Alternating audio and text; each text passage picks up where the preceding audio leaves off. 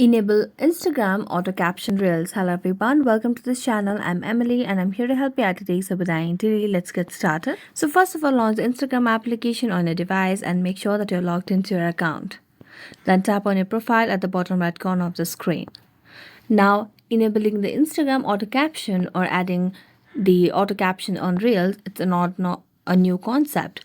But what you can simply do is just tap on the reel and then tap on three dotted lines, and then all you have to do is tap on edit.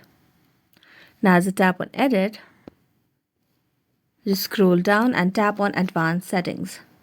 As you tap on advanced settings, here you can see the option of translate closed caption.